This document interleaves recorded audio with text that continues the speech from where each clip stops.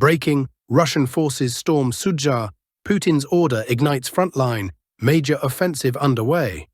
Before we begin, I would sincerely like to ask you to subscribe to the channel. Your subscription helps support its growth. Thank you to everyone who has subscribed. Let's move to the line of contact. In general, if we talk about what is happening now, it might indeed seem that the parties have almost reached some kind of consensus. The sides may have approached some kind of negotiation process, which is why activity along the line of contact has significantly decreased compared to previous months. However, this is not solely explained by a possible negotiation process. First and foremost, the intensity of combat operations can be characterized and described, so to speak, by the following picture. These are fresh footage we have received. According to the author, this video appears to be from the Pokrovsk direction. Here, we can see the condition of the roads across Ukraine at the moment. Currently, it is almost physically impossible for either the Ukrainian or Russian side to conduct combat operations. The current temperature is around +5 degrees Celsius, with fog and mud everywhere. Both sides are waiting for more stable weather conditions, after which they will begin to attack or counterattack, both the Russian and Ukrainian sides. Nevertheless, despite all this, there are, of course, some adjustments along the front line, and there is some movement. Today, from the South Donetsk direction, near Velika Novosilka, the first objective control footage has begun to emerge. For a long time, we received no information from this area. Let me remind you that on January 16th, the Russian army took control of Velika Novosilka. A significant amount of time has passed since then, and only now are we starting to receive some objective control footage, which indicates a resumption of combat activity. Not on the 16th, but just a few days ago, there was a pause. Now we are seeing renewed activity. Next, we move to the Andriivka direction, the area of the Andriivka fortified district. Today, there is a minor adjustment to the front line in the eastern part of the village of Dnipro. Some pro-Russian mapping services note that Russian formations have advanced into the eastern part of the settlement, and the entire eastern part is currently under the control of the Russian Federation. However, if we look at the objective control footage, it slightly differs from the situation reported by various experts. In this video, we can observe a forward defensive position of the Russian army, a two-story building being targeted by Ukrainian artillery. Based on this objective control footage, the map is being updated. This building, which is under fire, is marked on the map, and it appears that all territories east of this strongpoint are under Russian control. This is how the map has been updated between January 28th and 29th. Overall, it can be said that the fighting here is likely entering its final concluding stage. Next, we move to the Dnipro direction. Today, various mapping services have slightly updated the map in the direction of the H0515 highway between the settlements of Yasenev and Andriivka. There has been some minor progress, but overall, regarding this advance, we can see that the H0515 road has already been cut by Russian forces in 2 places. Now let's move slightly north. Today, the Russian Ministry of Defense confirmed in its daily report that the settlement of Nova Yelizavetivka has come under the full and confident control of the Russian armed forces. Today, a short video was also published, describing the key moments of the combat operations and how the Russian army advanced through the settlement. In the latest footage from this video, we can see Russian soldiers raising a flag over a standalone building and in a small park. Based on this footage, we are not making any adjustments to the map, as geolocation data shows that Nova Yelizavetivka has been behind Russian lines for several days now. Some sources continue to adjust the map further south, near the settlement of Nedezhdnika. Here is a small update to the map that we can observe over the past 24 hours, according to pro-Russian sources. Next, we move to the Pokrovsk direction, where intense and fierce fighting is taking place between the Russian and Ukrainian armies.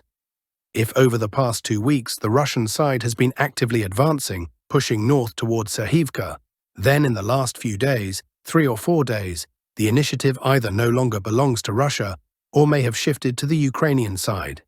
We have come to this conclusion based on objective control footage and frontline adjustments that we have been receiving for the past 2 days. Let me remind you that yesterday, footage of a counterattack by the 425th Separate Assault Battalion Skala on Russian positions in the southeastern part of Kotlin was published. Based on this footage, we have made a small update to the map. Here is the updated map. Several strongpoints, as well as the southeastern part of the village, have been marked as under Ukrainian control. Today, objective control footage has emerged confirming the presence of Ukrainian formations in a small industrial complex located in the southeastern part of the settlement of Udalne.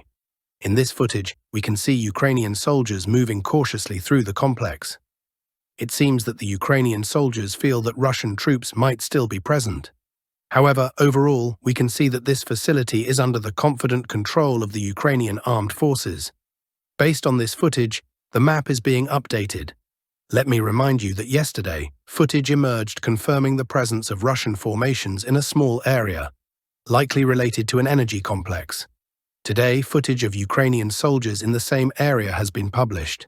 This could simply be a map adjustment to clarify control, or it could indicate another counterattack by the Ukrainian armed forces. We will continue to monitor how the situation develops. We can also see a large number of geolocations from the southern part of Pokrovsk over the past 24 hours. In this footage, we can observe a series of drone strikes on the Pokrovsk citadel, located in the southernmost part of the settlement. It is still unclear whether Russia is preparing for a decisive assault, but the number of incidents and geolocations suggests that the Russian side may attempt to attack Pokrovsk in the very near future. Next, we move to the Andriivka direction, where pro-Russian mapping services have made a small update to the map in the fields toward Vodian-Druhe.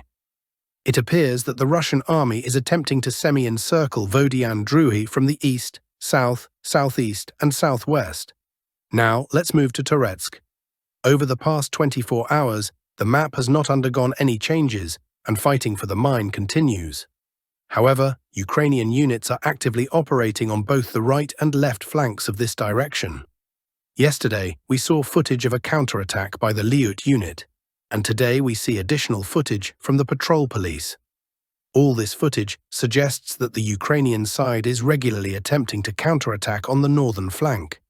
It is still unclear what the goal of the Ukrainian formations is, whether they are trying to delay the moment when the Russian Ministry of Defense announces the end of hostilities in this settlement, or whether they are attempting to seize the initiative and regain control over part of Toretsk.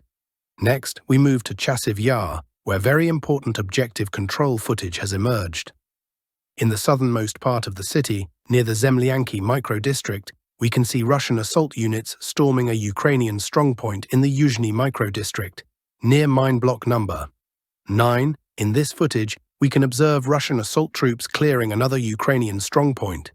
These events, which you are now seeing, took place precisely at this location, on this height.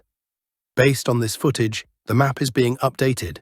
At the moment, we are not entirely sure whether the map adjustments correspond to reality. There is a very sharp protrusion, a deep wedge into Ukrainian positions.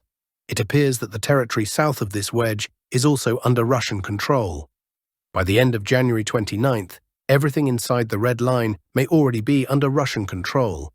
If this information is confirmed in the near future, we can confidently say that the battle for Chasiv Yar is entering its final chapter.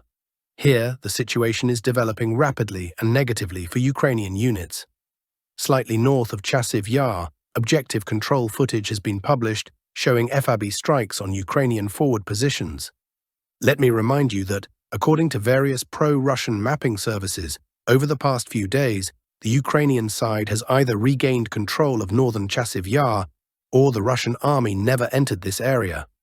In any case, the strikes are likely being carried out from the Mayorsky direction. On this section of the front, Russian FABs, aviation, artillery and drones are regularly active.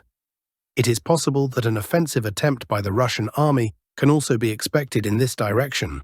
Next, we move to the Siversk direction. Here, the north is unusually active today. It is difficult to say what is causing the increased activity of Russian artillery in this area. Every 2 to 3 weeks, something happens here. Perhaps another 2 to 3 weeks have passed, and the Russian side has managed to accumulate some reserves. It is possible that in the near future, we can expect another attempt to push toward Ukrainian positions in Verkhnokamiansk, Serebryanka, and Hryhorivka. Now, let's move to the Lyman direction, Over the past 24 hours, the map has been slightly updated near Yampolivka. The Ukrainian side has published footage of strikes, or rather the Russian side has published footage of strikes on Ukrainian forward positions. Based on this footage, a small map update has been made. Let me remind you that these territories were previously considered contested, under Russian control according to various mapping services. Today, objective control footage has emerged confirming Ukrainian control over these forest belts. As for the North Kupiansk direction, according to incoming information over the past 24 hours, Russia has mainly been focused on expanding the zone of control of the existing bridgehead between the settlements of Zahirny and Dvorechny. Some cartographers note the alignment of the front line along the R79 road. Gradually, Russian formations are consolidating and expanding, preparing the bridgehead for larger forces that may later move in any direction. Finally, let's move to the Sudzhan direction. Here, as you can see, a large number of geolocations have been published over the past 24 hours. The warm weather has brought not only mud, but also relatively clear skies, at least during the day, which has increased the activity and intensity of drone use. We can see a large number of geolocations of drone strikes on Ukrainian positions, both in the border areas of Sumy Oblast and on the positions near the settlements of Seredina Buda and Martinivka. FABs are also regularly hitting these areas. We are seeing heightened activity here, which has been ongoing for several days. Here is the map we observed yesterday. There is also a huge number of geolocations. For example, here is the map we observed on January 27th. At that time, there were slightly fewer. Based on the amount of objective control footage, we can conclude that starting from January 27th, the Russian army has transitioned into some kind of offensive, or rather preparation for an offensive, with the clearing and destruction of Ukrainian positions using drones. It is possible that a full-scale offensive attempt will begin in the near future.